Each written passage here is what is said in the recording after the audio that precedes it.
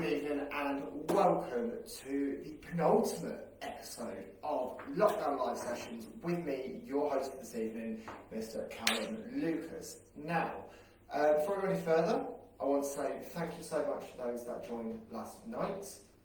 Thank you for joining, thank you for taking part. Massive shout out to Rose Morrison, who threw some really good points into last night's show, so thank you for those, Rose. And for those of you that missed last night's show, we did a bit of a special on domestic violence. So we covered, we looked at what domestic violence was, we looked at how victims, friends and family members can identify that domestic abuse is going on. And we also looked at how friends and family members could support a victim and what support there was for a victim. Last night you would have noticed that there was a few different support helplines and websites that went up on the Lockdown Live Sessions Facebook page. So if you were affected by the issues that we discussed last night, or with regards to domestic violence in general, then please do get in contact with the contact numbers if you need them. We also went over my top 5 of last week. Now I say last week because this week we're doing it slightly differently. So obviously we're giving you a double bill this week. This is the second of our double bill special of Lockdown Live Sessions. And last night I gave you my top 5 film and TV of the week for the week just gone. Now, for tonight, I'm going to give you my top 5 film and TV of the week for the week coming up. So I've done a lot of research, I've watched a few things, and I've got enough in the bank to give you 2 weeks worth of top 5s that you can watch at your leisure and get back to me with what you think. Now, coming up also on tonight's show, we are looking at the importance of technology, specifically during lockdown. Has technology become more important? Why has it become more important? Most importantly, do we think our views on technology have changed because of lockdown? We also look at the reliance of technology and whether people's views have changed since lockdown started to what they were before, about how reliant technology can be and how reliant and dependent we are upon technology.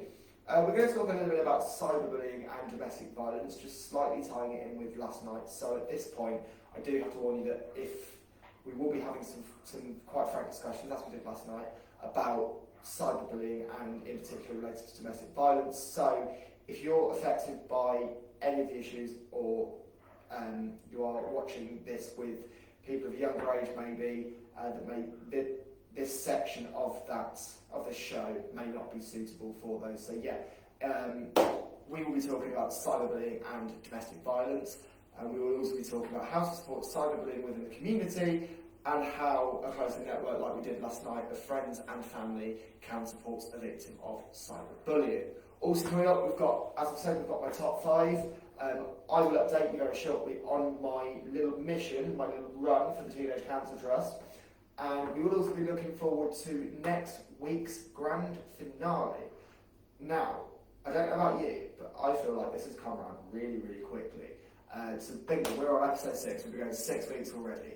This has flown around really, and I just want to say that I've enjoyed every single minute out of every single show that I have hosted for you guys. It's like, from when I started way back at the end of June to now. We've come a long way, we've gained a lot of viewers, we've had a lot of laughs, and I want to thank you guys for that. And I'll obviously be reiterating that thanks next week.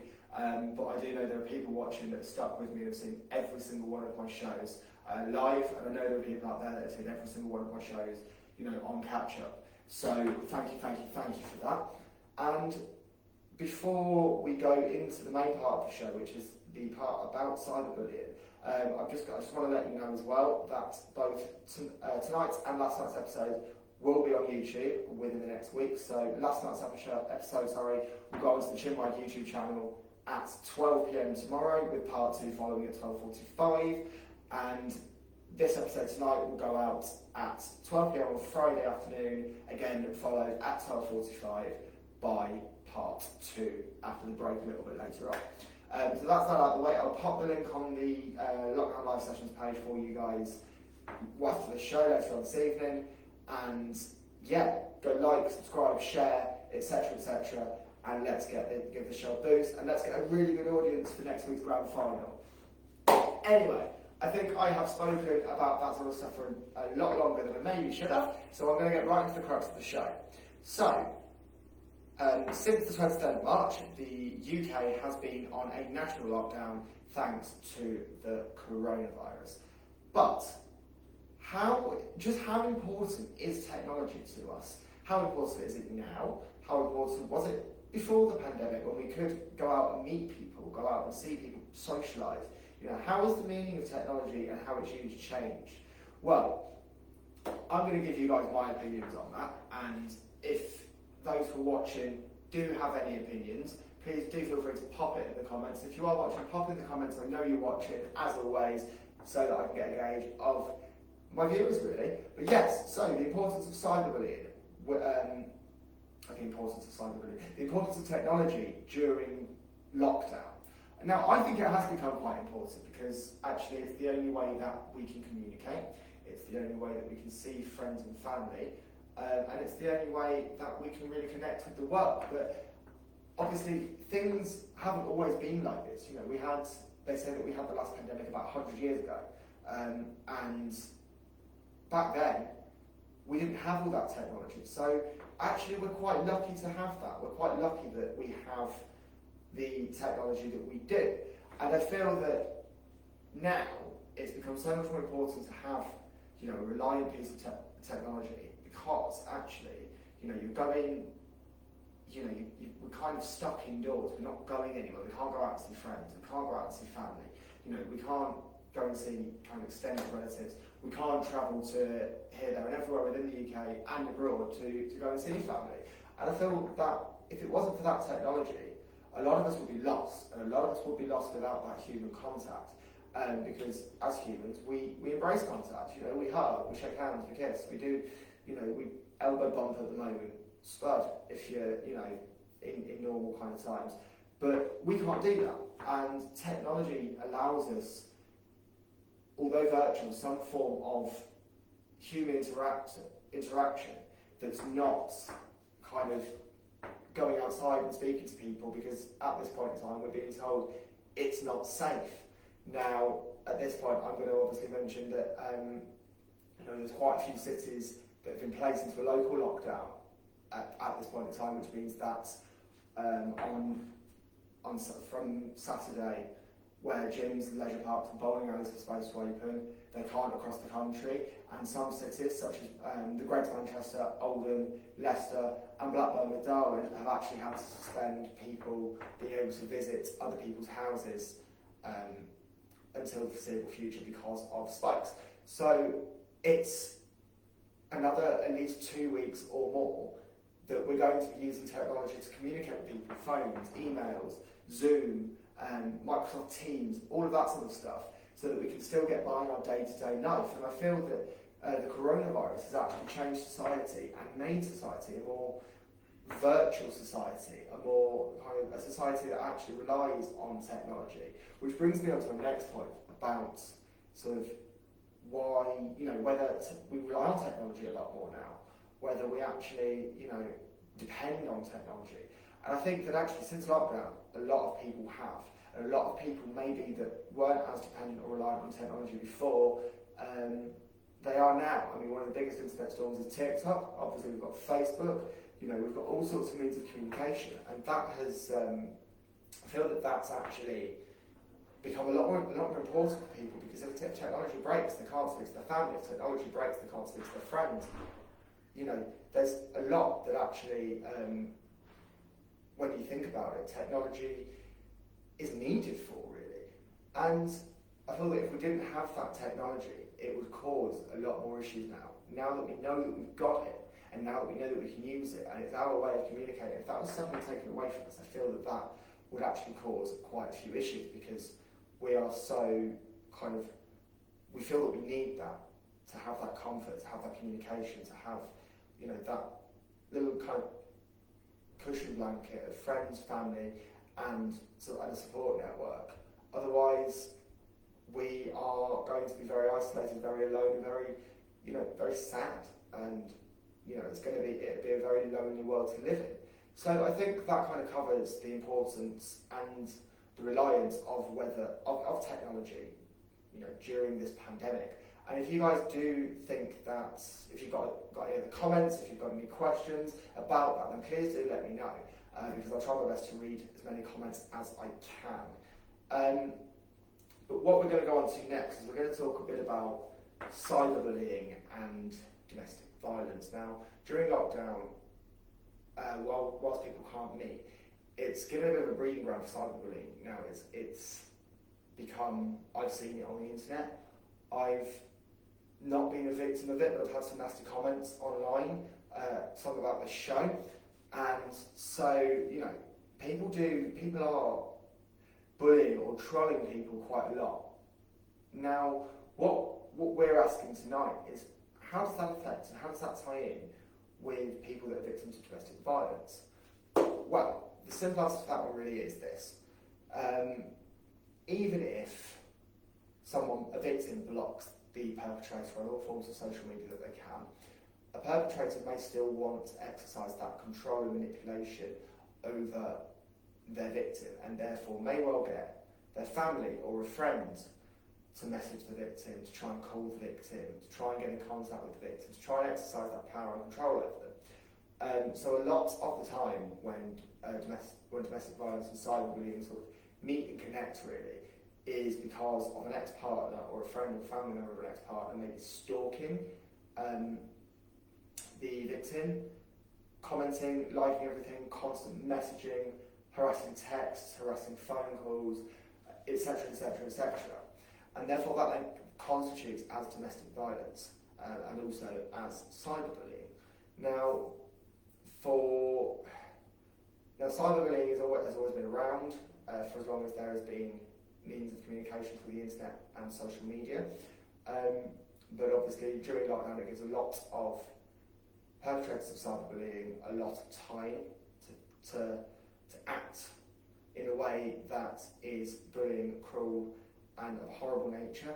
And especially, as I've said, with domestic violence victims, the perpetrator wants to do everything they can to stay in their life. They want to do everything they can to try and make it as hard for the victim as possible to get away from them. And by bringing their friends and family into it, that opens up new alleyways, new avenues, new roads for a perpetrator to explore. Now, if there is anyone out there that's watching that is suffering from exactly that at the moment, please do get in contact with the National Domestic Abuse Helpline. The number is on this page. Or do get in contact with myself and I will try and find some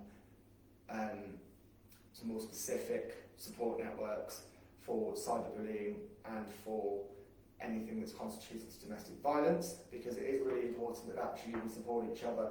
And that's another thing that I want to go on to, is how exactly can we as a community support people that are going through something like cyberbullying. The most obvious way is to obviously report the posts. Do not message anyone that is perpetrating cyberbullying.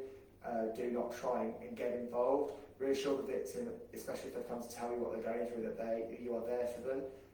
Support them in going to the police, support them in reporting it to various different social media channels, and also if you as a supporter get targeted, do the same. Block someone that's targeting you, and report the post, report the article, report anything that is a defamation of character to yourself, and keep evidence, keep a log, keep screenshots, keep evidence, because if you wanted to take that sort of thing to court, they're going to need evidence. So do keep hold of that if ever you are in a situation where you have had someone disclose to you that they're going through cyberbullying.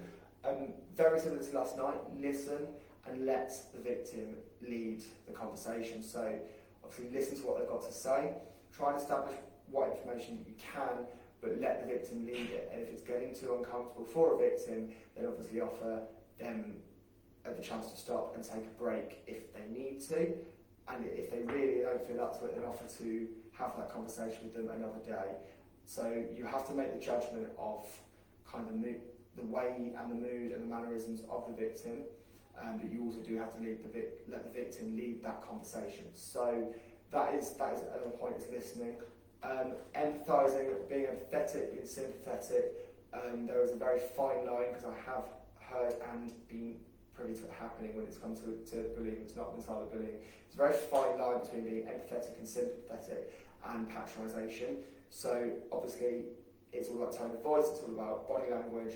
So use your tone of voice, use your body language to be, as empathetic and sympathetic with the victim, but in a way that isn't going to come across as patronising, which can be quite difficult, but it's a very important point to know. And if a victim, I guess the main one is, if a victim tells you that they don't want to disclose something, do not push it. Again, let them take the lead.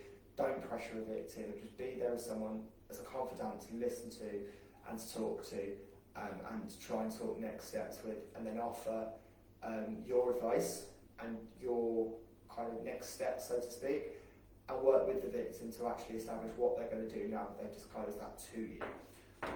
So that is kind of how really we would support victims within the community. Now, how would friends and family support cyberbullying? Now, at any age, any age that you're old enough to be on social media, you can be cyberbullied. So, signs to notice of someone that's potentially being cyberbullied are, they can be quite irrational in their mood, irrational in their behaviour. In some circumstances, there could be mood swings, which could include violence. They could be more withdrawn. They may not even eat properly. It's signs like that to look out for. They may get stressed as well and angry quite easily. So the signs like that to look out for, to know whether your child is, or someone that you know, because it may even be an adult, are being bullied, more specifically cyberbullied. If they spend a lot of time on kind of their media and they're quite secretive when it comes to their phone and their laptop and their Xbox and their PlayStation and all of that sort of jazz, then it kind of does give off the fact that something is a little bit wrong. But if you notice any of those signs, let the victim approach you, don't approach them. Let the victim, again, lead the conversation, because it's actually their conversation to lead.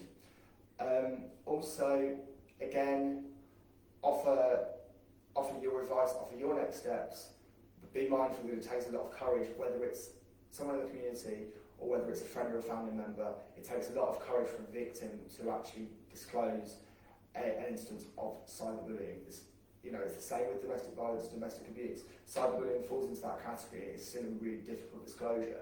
So the big key point is not to pressure a victim, not to sort of try and coax an answer out of the victim, so to speak. Let them come to you, let them answer as many questions as they feel comfortable with, and most importantly, if they ask you to stop the conversation, or if you can see they're getting anxious and they're not kind of engaging as much, then of course stop the conversation, offer a break of however long that may be, come back after you've had a break, and then if they are still not ready to talk, offer for them to talk another day.